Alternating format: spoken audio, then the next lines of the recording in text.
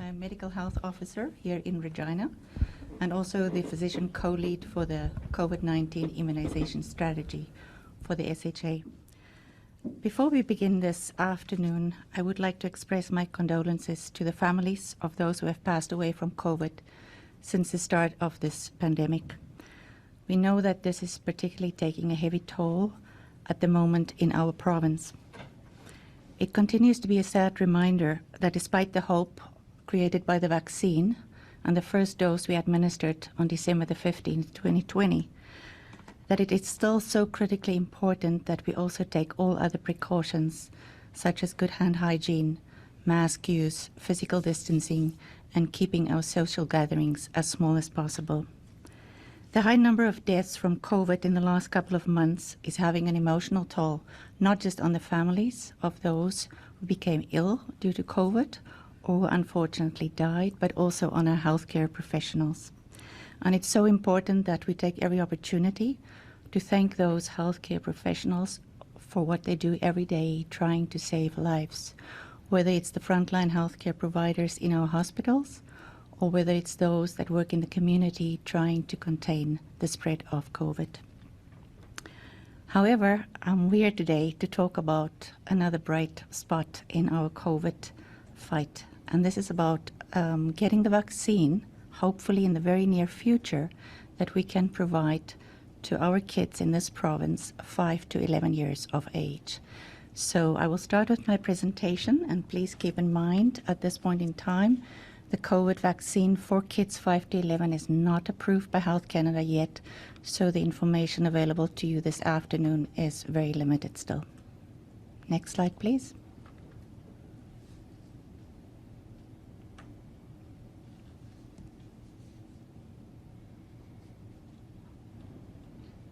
Right, between Sheila and myself, we're going to talk a little bit about the vaccine, what we know, but also about the delivery plan that we have in mind for the children 5 to 11 in this province. Next slide, please. So once this vaccine is approved by Health Canada, our intent is to provide the vaccine to all kids who would like to receive it 5 to 11 in this province in a safe, supportive, and an efficient manner. Next slide, please. But I would like to remind all of you of the goals of our immunization strategy in general. First of all, it's to minimize illness and death in this province, particularly for those who are vulnerable, the old and those who have underlying condition. We also need to protect our healthcare system. As you know, it's quite stretched at the moment, and apart from COVID, there's many other conditions we also need to deal with as a healthcare institution. It's also to minimize the spread of COVID disease in our community. And all of this we want to do by immunizing as many people as possible, as quickly as possible, but also in the safest way possible. Next slide, please.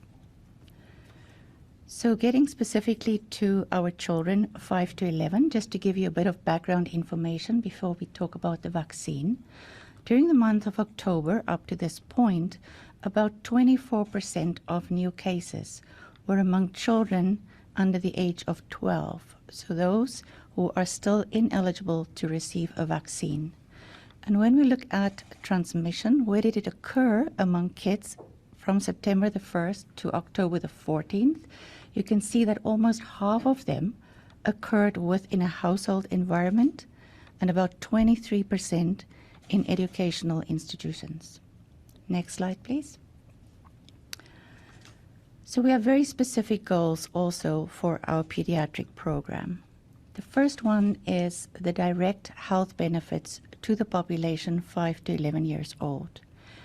Although children for the most part are at lower risk of getting seriously ill, they can still be hospitalized, they can still suffer from serious complication, and unfortunately, kids have died in Canada due to COVID disease, and especially those kids with underlying conditions such as chronic conditions of the respiratory system or the cardiovascular system.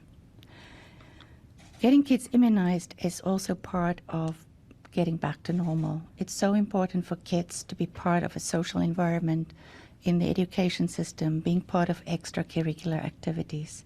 It's important for the emotional well-being, but also for the physical well-being. And this is part of why we should immunize these kids. But there's also an indirect benefit. Unimmunized individuals can act as a reservoir for the virus, and therefore transmission in our community can continue. So getting such a large group of kids immunized will definitely make an impact indirectly on the transmission of disease in our community. Next slide, please. As already said, this vaccine is not yet approved by Health Canada. So it's currently being studied by Health Canada after the Pfizer Biotech company submitted their trial information. What we do know about the vaccine so far is that no specific safety signals did come up in any of these trials. The expected side effects, such as injection site soreness, or fatigue, or headaches, or chills, they were very well tolerated by the kids in these trials and lasted about 1 to 2 days. Through the trials, they also identified that these kids had a very good, a robust immune response to the vaccine. The vaccine is provided in 2 doses, 21 days apart, and in looking at vaccine efficacy 7 days after the second dose, they came up with a 90.7% vaccine efficacy. Next slide, please. At this point in time, we are expecting about 112,000 doses of the pediatric formulation vaccine to arrive in Saskatchewan by more or less the middle of November. Obviously, this is dependent on when Health Canada will approve this vaccine or any other changes that might come out of that. And this will allow us sufficient supplies to provide a vaccine dose to every kid 5 to 11 in our province who would like to receive it. Next slide. A little bit more detail about the vaccine. As I said, it's quite limited at the moment because it's not approved yet, but we do know that it is a totally different formulation. It's not just giving a smaller dose of the same that we're currently providing to 12 and older. What's good about this one is that they've changed the stabilizer in the vaccine, which means that we can keep the vaccine for a longer period of time in our fridges at 2 to 8 degrees. So for distribution, storage, and so on, that will definitely help us. We also know that it will be a slightly smaller dose at 0.2 ml compared to the 0.3 ml that we're currently providing to 12 and older, but that the interval between doses 1 and 2 as a minimum would be the same at 21 days. And I'm now going to hand over to Sheila Anderson to talk more about this specific strategy. Thank you, Dr. Diener. Good afternoon. I'm Sheila Anderson. I'm the vaccine chief for the Emergency Operations Center for the Saskatchewan Health Authority, and happy to be here today just to talk to you a little bit more about the details of our operational plan for our pediatrics delivery. So we are encouraging all 5 to 11-year-olds to get a vaccine when available. However, with all vaccines, we do know that the COVID-19 vaccine for this age group is voluntary. Every child in this age group will require a consent form to be signed by a parent or guardian. These consent forms can be signed at the clinic with help of our trained professionals. Paper copies will also be provided and can be sent in with children as long as it has a signature of a parent or a guardian. This consent process is really familiar to our providers at the clinics, and it follows the same process as our other pediatric vaccination programs. So most children of this age group will manage vaccines very well. However, there are some portion of our young kids that will find that they become quite anxious. So the physical and psychological safety of both our children and our parents and the families that come will be a really high priority as we roll out this program. So clinics will be designed to accommodate parents and guardians, and we want to ensure that parents and guardians and their family members can come right into the vaccination area We'll ensure that, mom or dad or others can give a hug for the kids and help support them. We'll make sure our clinic visits are a little bit longer. Really hoping that our kids can have the best experience possible. Our adult and adolescent program actually used therapy dogs in some areas of the province and found that to be really important and really successful. So where available, therapy dogs or other age-appropriate attractions will be used to reduce anxiety in this group. We really want to emphasize that we have clinical experts will be on site to answer all the questions for parents and families, and also for the kids as well too.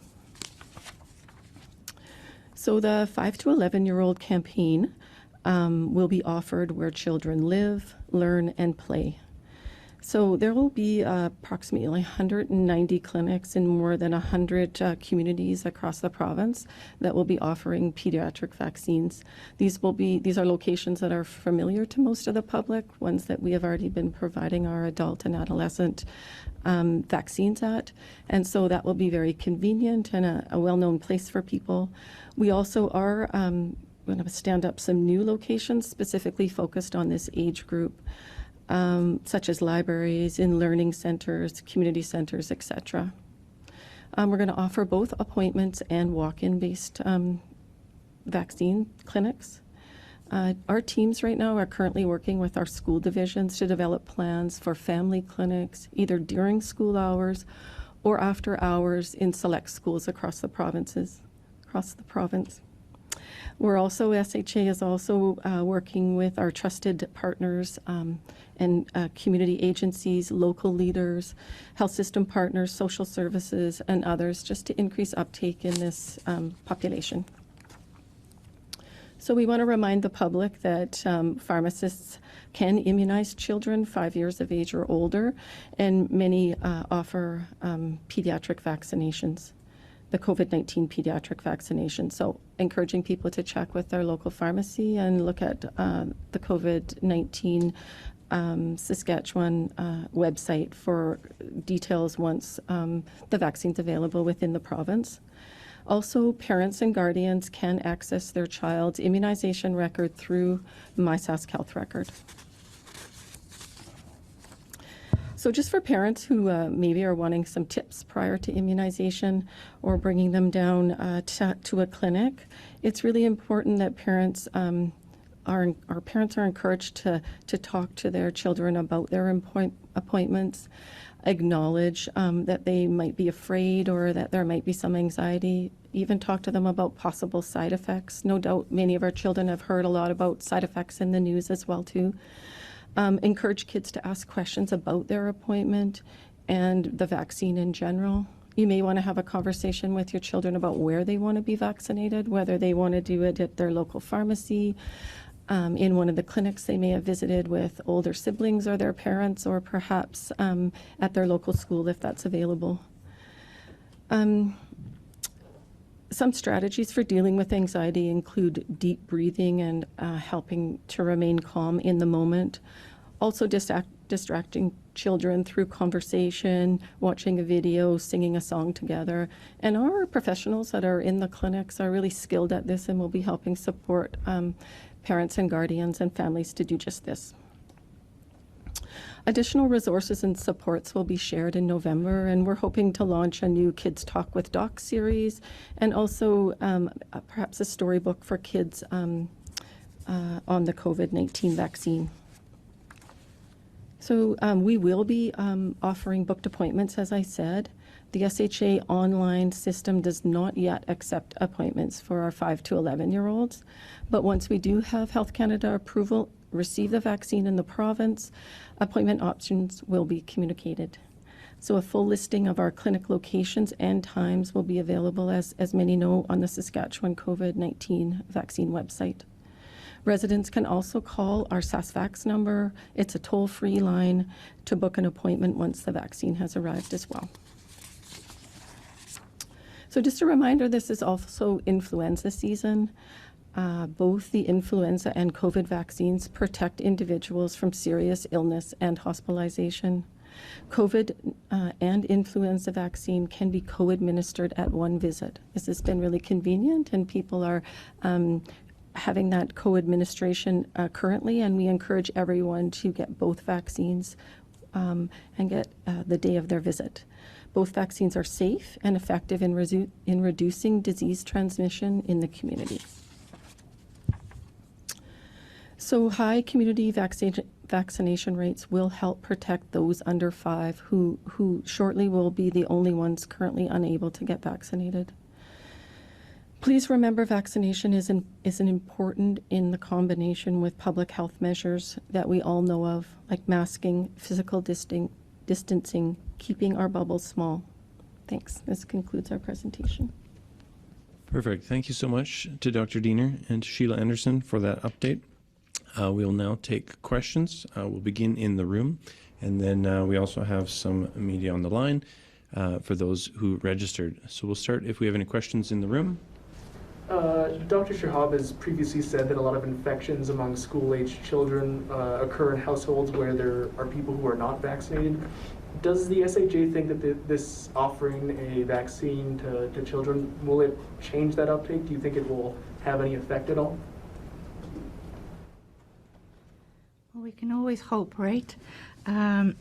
Apart from the fact that we're now talking about kids' vaccine, I think it's still important to stress that we still have a large part of our population that's not vaccinated, including possibly parents of children that's now going to become eligible. We can only hope that if they believe that the children should be vaccinated, that they might rethink their own immunization status. But I just want to stress that although we're moving into a pediatric immunization strategy, hopefully pretty soon, it's really, really important for those individuals out there who still have not received dose 1 or 2, or if you're fortunate enough and you already are eligible to get your booster dose, to go and get it as soon as possible. We also have Dr. Shahab on the line, if Dr. Shahab wanted to add anything. Or Sheila, were you going to add? I was just going to add that at our vaccination clinics, we will be offering, along with child immunization or 5 to 11-year-olds, we'll also be offering parents to get vaccinated at the same time as well, too.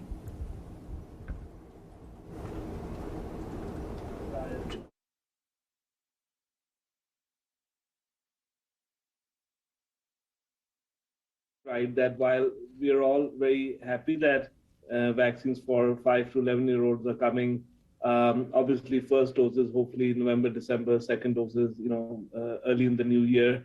That certainly won't address issues right now. So right now that everyone 12 and older and other household members and family parents are vaccinated, including school staff and daycare staff. That way you cocoon children under 11 for the time being till children themselves get protected by the vaccine. So that is a critical point. And as we showed over the summer, initial analysis showed that the vast majority of children who were presenting August, early part of September, were in households which were unvaccinated. And that as children started school and as children started doing a lot of activities, which we were very happy that they're doing, we continue to see that around 43% of transmission is in schools.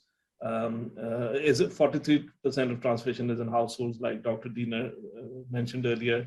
Only 17% is linked to a school transmission, and the rest of the transmission is in other situations in the community. So, small gatherings and so forth. So obviously, it's really important that household members and the population in general gets vaccinated, because that protects yourself and that protects everyone else around you.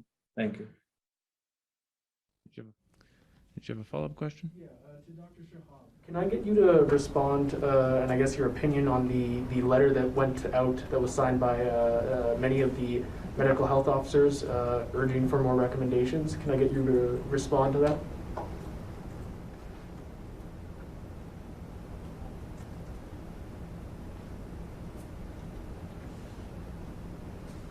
For me or Dr. Diener? That question was for you. Okay, thanks. Yeah, no, I think I did see that letter when it was sent to Minister Merriman on Friday. I was copied on that. Obviously, it was sent to the minister, but copied to me as the chief medical health officer. I think, many of those recommendations are areas of concern that, have been regularly discussed at tables that I sit on with medical health officer colleagues in Saskatchewan. And certainly those are all important steps that we should consider, and they're closely aligned with many recommendations that I make to government. But again, as I've been saying before, and as medical health officers have been saying locally and now through a formal letter, it's obviously important to continue to see what other things can be included in provincial orders or local orders. But notwithstanding that, I think actions all of us can take voluntarily above and beyond the existing provincial orders are going to be critically important. So as Dr. Diener said in her opening remarks, we have seen, mandatory indoor masking have an impact. We have seen proof of vaccination make some of our public spaces safer, but that doesn't mean that we shouldn't use proof of vaccination in other venues that may not require it. And I've heard of many events that have happened and been at many events over the last couple of weeks, which were as small as possible, where there was an attempt to see or confirm that everyone is fully vaccinated. And that just makes that event safer for everyone. And similarly, other measures that relate to keeping our contacts smaller as much as possible, especially over the next 4 to 6 weeks. I think while it's reassuring our case numbers are coming down, our testing numbers are also coming down. And while our test positivity is below 10% provincially, it's still fairly high. So we need to make sure that we stay the course, for the next several weeks, so that, our hospitalizations and ICU admissions come down significantly. It's important to note that hospitalizations come down much slowly than case numbers, and we have to give the healthcare system that time to recover, to restart, procedures that have been delayed. So in summary, I'll just say that, obviously I agree with many of those recommendations. They're not unfamiliar to me, and they're aligned with many of the recommendations that I regularly table to government. But I'll close by saying that irrespective of which recommendations finally get approved to be part of provincial order, it doesn't mean that all of us look at what are we doing, what can we do safer, and how can we in general reduce the number of contacts for the next 4 to 6 weeks. I think that is going to be critical. Thank you. Thank you. We'll take another question in the room. Yeah, so you kind of mentioned this a little bit, but how will the children's campaign differ from the adult campaign? Will there be smaller needles, avoiding long lines? What's that going to look like for children opposed to adults? Sure, I can start. Our clinics will look similar to our adult and adolescent clinics. So we will be offering, mass clinics and local and community clinics, pop-up clinics. Even there are still a small number of drive-through clinics that are available as well too. So I think it will look very similar. We will, however, ensure that we have adequate space for parents and other family members to accompany their children right into that area. Our teams are looking at spending a little bit more time, like planning for a little bit more time for each visit, making sure that we're, adequately answering questions, getting little kitty settled and stuff. So they will look similar, but will accommodate that younger population. Maybe I can just say something about the needle size. There are recommended needle sizes for all immunizations in general, and sometimes you have to deviate a little bit depending on the size of the kid. But we will be using more or less the same, what we've been using so far, but more likely of the 1-inch needles. But we'll just follow what we always do with kids of that age. And then, is it possible to end the COVID-19 pandemic without a child vaccination campaign? Essentially, I'm just asking, how important is it to, vaccinate children, and will we ever see an end to this pandemic if we don't vaccinate our children? So 2 things. We really want to protect them directly, as I mentioned, right? Because at the moment, they're very vulnerable, right? And so by providing the vaccine to them, although we say they're not the ones that really get that ill or end up in hospital, they are little kids that's really vulnerable. So for their own health, it's important to immunize kids. And I'm looking forward to the day when we can sit here and say we're going to immunize those under the age of 5, because there are trials that's looking at kids from 6 months to under 5 at the moment, right? But there's also that indirect benefit for all of us in the community, because unvaccinated people are at higher risk of contracting it, and as you know from other statistics, ending up in hospital, ICU, and passing away, unfortunately. But that higher risk for contracting it, meaning that there are reservoirs for the virus, and through that, the transmission can just continue within our community. And at this point in time, we're not sure how long natural immunity lasts. We believe at this point in time, likely 3 to 6 months, right? But we're not sure. So there is a possibility that you can contract it again and the whole circle starts over again. Thank you. Take your next question, Lisa. When you're doing this, you're going to be trying to counter anti-vaxxers, trying to convince them to get their kids vaccinated, but also people who maybe they got vaccinated themselves, but they're a little bit wary of their kids getting the shot. So what do you say to those parents who might be a bit hesitant? First of all, it's very important to know why they are hesitant, because if we know what concerns they might have, then we can specifically address those concerns, right? Because in general, parents just want the best for their kids. So even part of being concerned about getting a vaccine is because they want the best for the kid. And if we can relay the correct information or send them to the correct, appropriate, and websites that you can trust, we can hopefully convince them.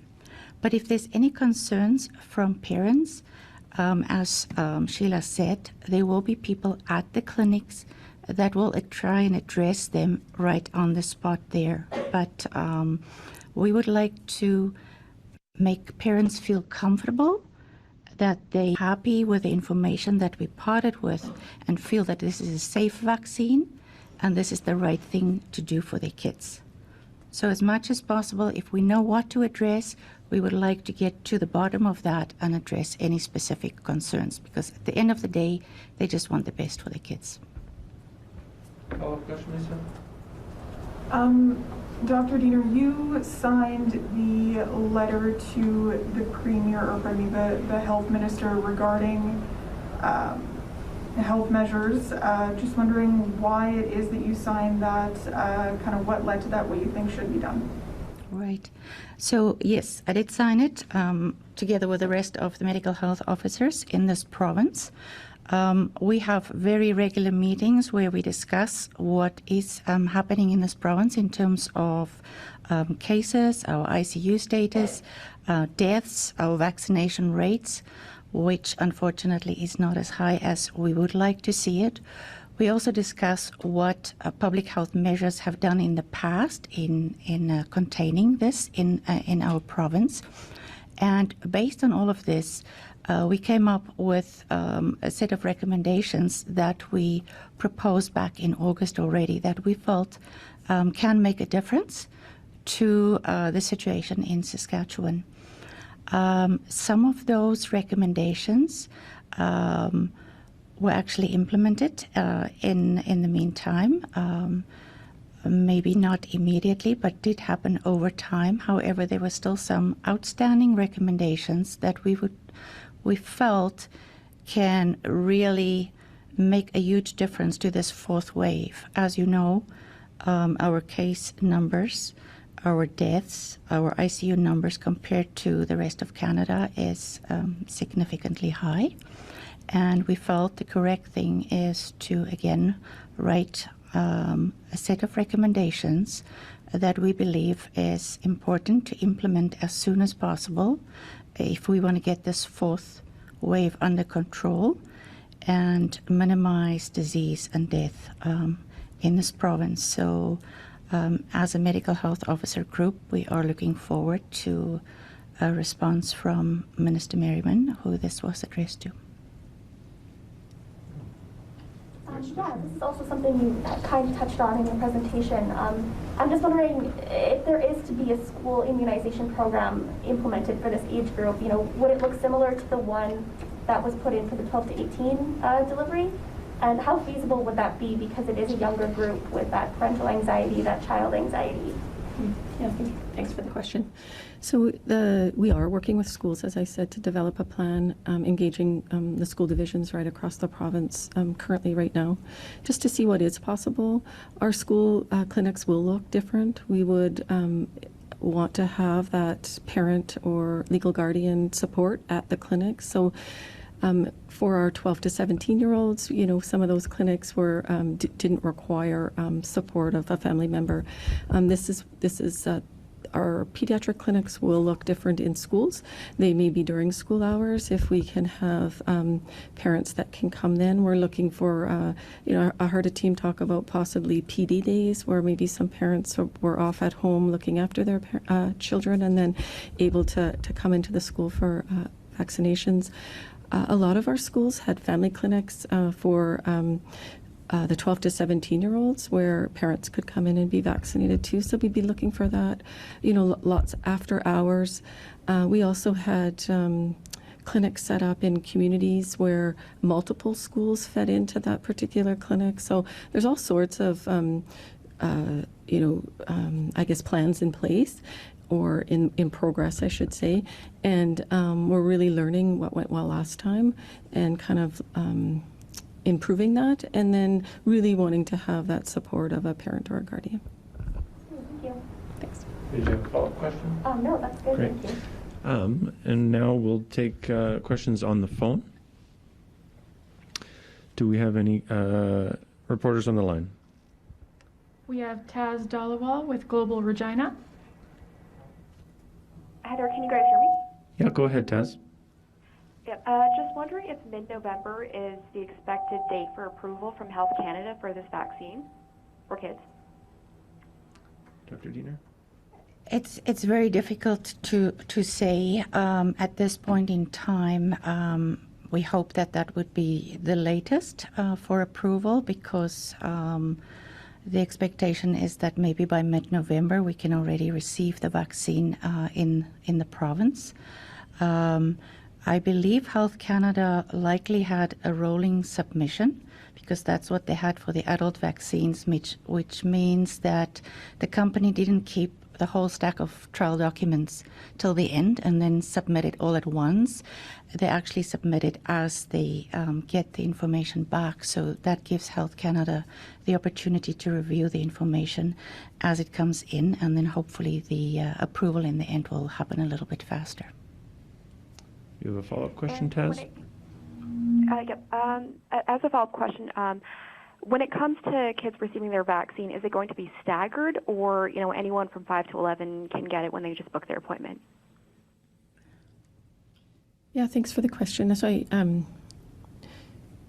Alan, I think I know what you're asking, but so we may have some dedicated pediatric clinics where we would have, they would focus on our 5 to 11-year-olds, always vaccinating unvaccinated, maybe family members who came along, or parents as well.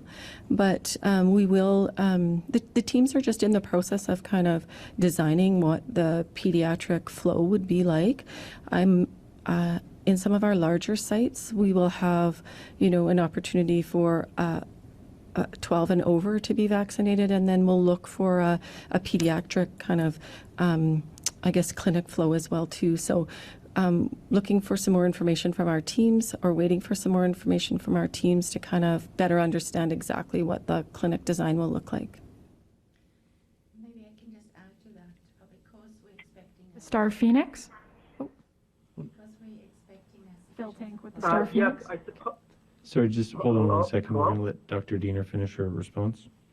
Because we expect a sufficient supply of vaccine, we're not planning on any sequencing. So you are correct at this point in time.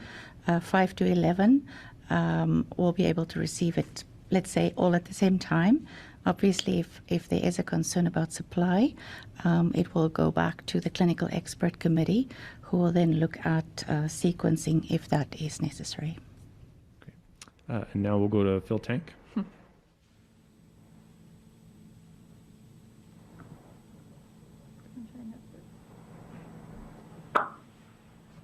Sound check? Yeah, go ahead, Phil. Yes, I expect this question is for Dr. Shahab, but I invite anyone who wants to answer it. One of the recommendations from the medical health officers is for proof of vaccine mandates to be expanded to schools. And I'd just like to get your reaction of that. I mean, the medical health officers recommend those 12 and over in the letter, but the potential, of course, for more people to be vaccinated might expand that. So I'd like to get response specifically to that. Yeah, we'll send that to Dr. Shahab.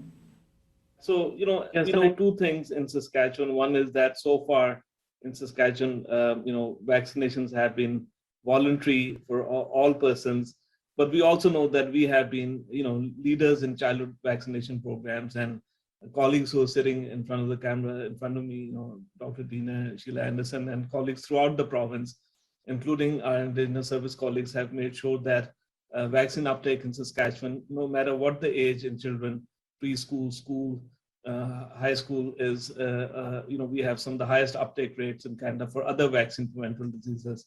So certainly the expectation really is that there'll be a great uptake for this latest vaccine preventable disease, because that's what COVID is now. It's a vaccine preventable viral illness.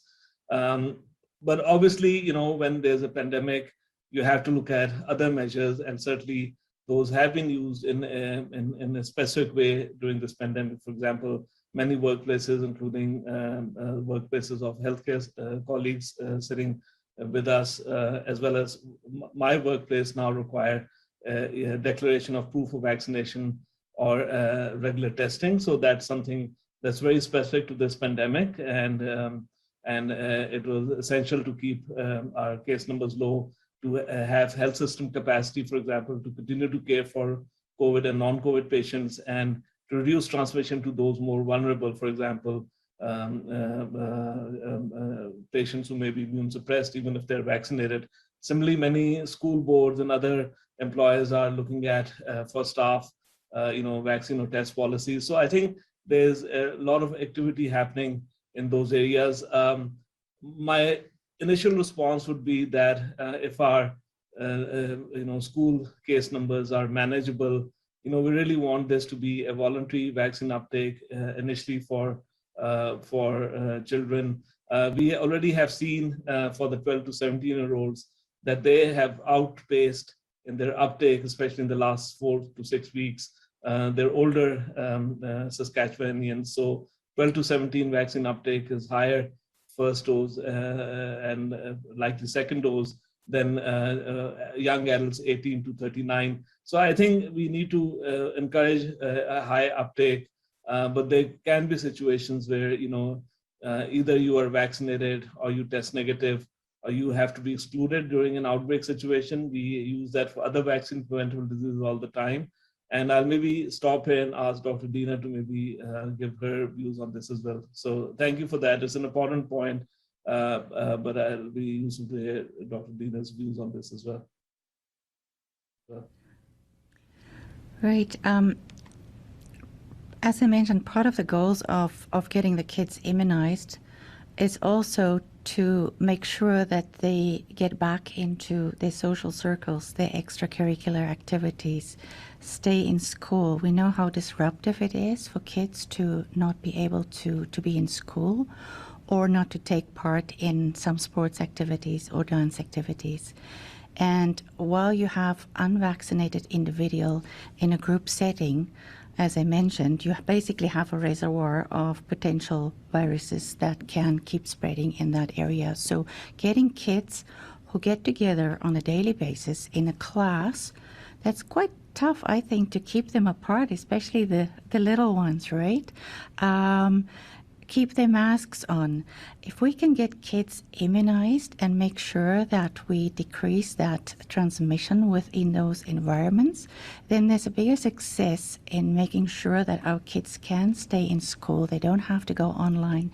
They can continue taking part in their sports activities or their dance or their choir classes. So it's really part of stopping that transmission, not just among that group, but also in the rest of the population. So getting our kids to be immunized is really important. You have a follow-up question, Phil?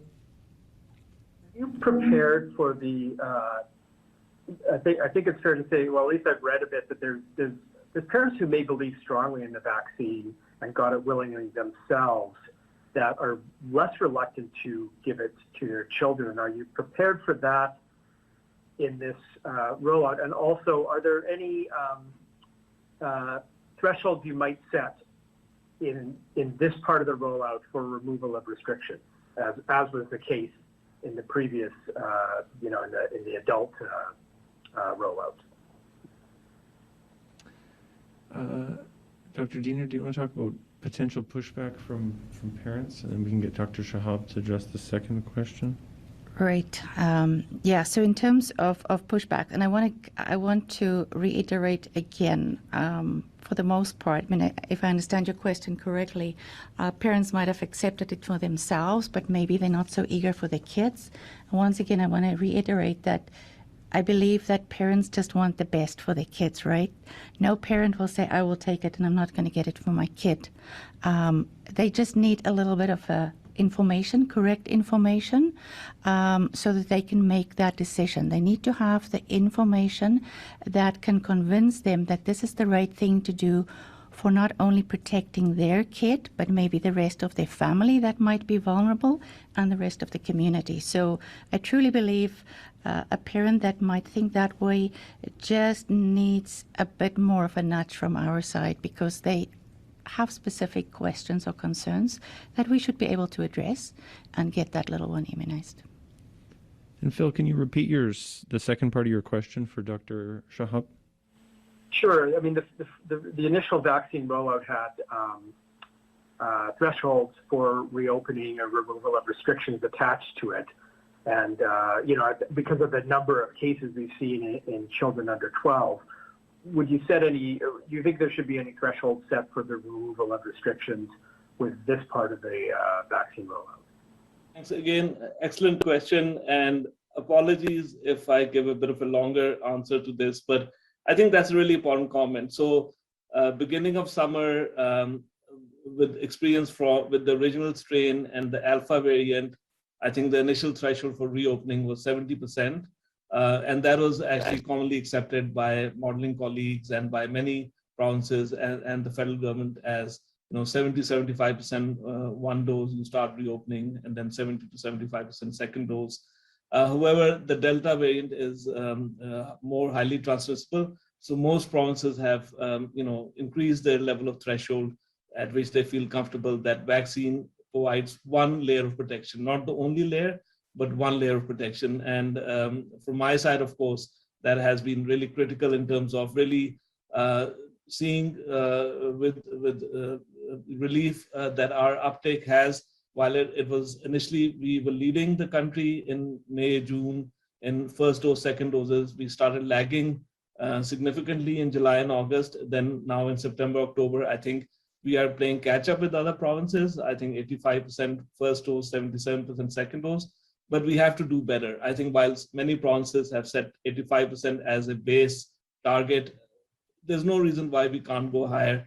There's no reason why we can't be higher than any other province. Trying to explain that away, that we are more rural, northern, I think is no longer a valid reason. Initially, there may have been some issues with access and complacency and so forth. And again, I think the news release today mentions significant investments now that for the remaining 16% who haven't had the first dose, there's lots of supports available for patients to talk to the healthcare providers, to get further information to address their questions. And similarly, like Dr. Diener mentioned, even for parents who themselves may be vaccinated, they may have further questions for their children, which again, they should visit credible websites and get information. Now, that's regarding vaccine threshold that, we need to go as high as possible, but it's not just vaccines alone. We have to look at our transmission rates, and although they're coming down, we also have to look at our hospitalizations and ICU admission rates. And then, we know that our current proof of vaccination and mandatory mask orders have been extended till November 30th.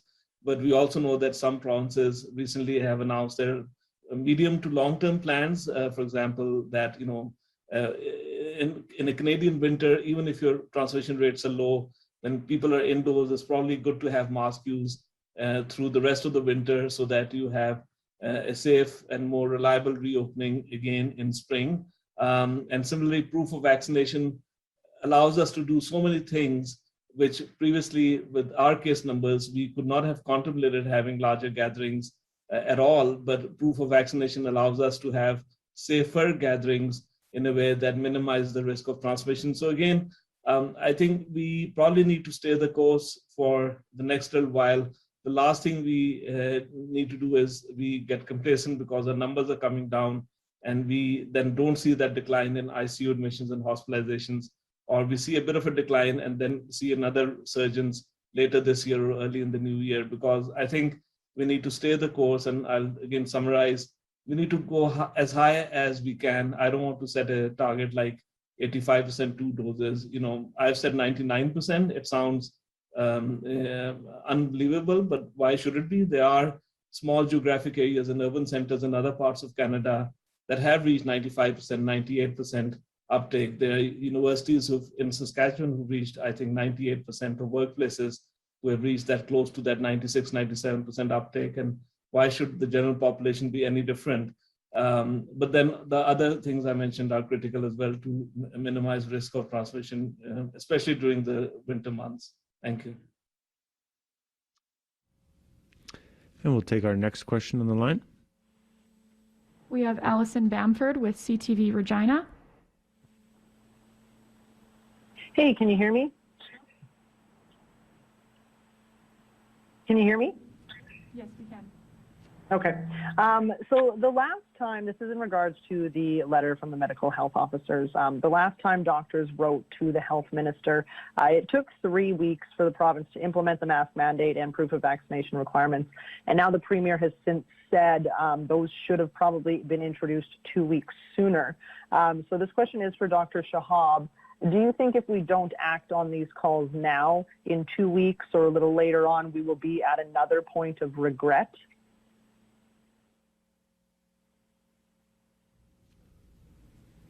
I think obviously we have the recommendations from medical health officers. They are closely aligned to what recommendations I have tabled. Then we also have our modeling data where we need to track to the green, so that scenario number 5 showed that if we are extremely cautious for the next 4 weeks, but then continue to be cautious for the remainder of the winter, we can really start bringing our acute care and hospitalization rates down. Now, the modeling doesn't, the medical health officer letter lays out several things that can do that. The modeling doesn't specify which elements within its circuit breaker or slowdown measures would help, but anything that reduces the number of contacts, anything that reduces transmission, so that includes increasing vaccine uptake, having safer gatherings, so small gatherings only fully vaccinated, any larger gatherings requiring proof of vaccination. Those are all important. So again, all I can say at this point is that obviously, I think these are important recommendations made by medical health officers. They are closely aligned with my own recommendations. And we need to track not just our case numbers, which have been stabilizing and coming down, but also our acute care and ICU numbers. And we need to recognize that, especially in winter months, even if we have 77% of the population, eligible population, fully vaccinated, COVID can go up and down very quickly. So, as soon as it surges, we should take further steps to address that, either at a local level or at a provincial level. Thank you. You have a follow-up question, Allison? Yeah, this is more now in regards to vaccinations, and I know it's been touched on encouraging parents to get their children vaccinated, but we know a lot of the transmission in 5 to 11-year-olds is coming from household transmission, largely in unvaccinated homes. So how do you foresee these vaccines cutting transmission and case number in kids when it is likely that those parents choosing not to get vaccinated will also choose not to vaccinate their kids? Thank you for the question. Very good question. I know Dr. Shahab said, let's go for 99%, right? But there's always going to be people that's not going to immunize either themselves or their kids. But at least if we look at the population 5 to 11 years, there might still be kids that's not going to be immunized, but I would like to say that I believe the majority of parents will have their kids immunized. And the less individuals we have that is still at risk because they're unvaccinated, the less the transmission will be either in the community or in that classroom. So there might still be households that's unimmunized or partially immunized because of parents or kids not being immunized. But through this program, we hope that we can get the majority of 5 to 11-year kids immunized, which will make a difference, at least in those educational sessions or settings where there's 20 or 25 of them in a classroom for an extended period of time, or where they mix with other kids from different classes when they are taking part in sport or other activities. So I do understand that the fact that there might still be kids that's unimmunized at the end of the day, but having the majority of them immunized in those settings will definitely make a difference to the transmission in either the education setting or in the community at large. Thanks, and we'll take our next question on the line. We have Taylor Rattray with CTV Regina. Hi there, can you hear me? Yeah, go ahead, Taylor. I'm just wondering, with Halloween this weekend, what advice do you have for families to have a safe Halloween? Right, I do believe, I'm going to start and see who else wants to jump in here. I do believe that a set of guidelines did actually come out under Dr. Corey Neudorf's name, who's the interim senior medical health officer for us in Saskatchewan. Obviously, we don't want to take the fun out of Halloween totally, right? But we want to do it in the safest way possible. And last year, this is not the first year we're going Halloween in with COVID in our communities.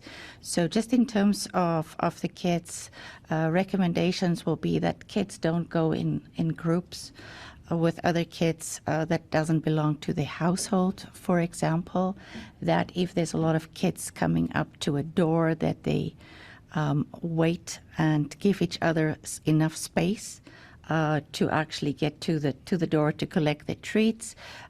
If parents can incorporate their masks in a nice way to make it look as part of the costume, maybe it's going to be more acceptable for the kid to walk around with that mask the whole evening.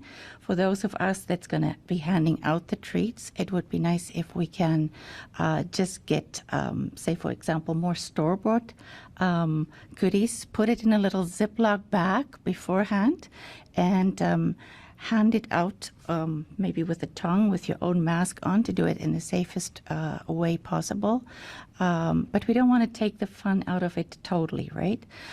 We also need to keep in mind it's not only the little ones that like Halloween parties. Little ones might go trick-or-treating, but the older ones might have big Halloween parties at home. So please keep in mind for any of those that's planning on a Halloween party. I know it's a tough thing to ask, but we really would like vaccinated people to come together as much as possible, not unvaccinated or partially vaccinated. If you're going to be together in a small area indoors, masking would really be the recommendation. And I know it's kind of cold outside, but if it is a good evening, try and have a bit of a party outside instead of indoors. I think you covered it. Taylor, do you have a follow-up question? Yeah, do you have any idea of a timeline when kids under 5 will be vaccinated? I know this is a bit preliminary, but any kind of idea? Again, only a guessing game, because we know that they are still in the process of conducting the trials for the 6 months to under 5s. I can only say, let's say hopefully that information can be available by the end of this year, or early next year. Then it will still take time to go through the approval process. I honestly cannot see it starting before the end of this year, definitely into next year. And we'll take one more question on the line. We have Hafsa Arif with CTV Yorkton. Hi, can you hear me? Yeah, go ahead, Hafsa. My question is for Dr. Shahab. Last week you spoke about the increase in COVID cases in rural Saskatchewan and vaccine hesitancy in Yorkton and area. So a few doctors in Edmonton are expressing concerns that there will be a 5th wave if people in rural communities don't get vaccinated. So do you think that's something Saskatchewan should be concerned of? Yes, thank you much for the question. So, we have seen that historically, ever for the last 20 months, we've seen that usually COVID comes in at different times in different parts of the province. And so, we saw last year outbreaks in the far northwest. And then in the fall last year, we saw increasing case numbers throughout the province, but at different times and reaching different peaks at different times, mostly in the large urban centers and in the far north, and some increased cases in the southwest. In March, we saw a peak due to the Alpha variant primarily in Regina, and then spilling over into southern rural communities, not so much Saskatoon and the north. And then this fall, we saw an increase in case numbers primarily due to Delta, initially increasing in the far north. Someone correlated with lower vaccine uptake as well, and then impacting Saskatoon and to a lesser extent Regina, but now significantly impacting the southwest and southeast parts of the province. And we can see that in many cases, a combination of factors, lower vaccine uptake, a more transmissible Delta variant increases the opportunities of transmission in this 4th wave. And absolutely, I think we have an opportunity now to make sure that our vaccine uptake is high enough. Until such time that our vaccine uptake is high enough, we take all the measures we've been discussing, keep our contacts small, keep our gatherings, only fully vaccinated, comply with all precautions like mask use and proof of vaccination, even where not required, to really make this the last significant wave. We have an opportunity to do that. The last thing we need is that we lose focus early on. We really need to sustain the course to get our current hospitalizations come down really low. And again, they initially increased from the far north Saskatoon, but they now have increased significantly in southern rural areas, including the southeast. We need to make sure that these hospitalization numbers also come down significantly and then stay down for the remainder of the winter. And again, I think our goal should be that we absolutely do everything we can to bring down this current surge to very low levels of daily case numbers, people hospitalized.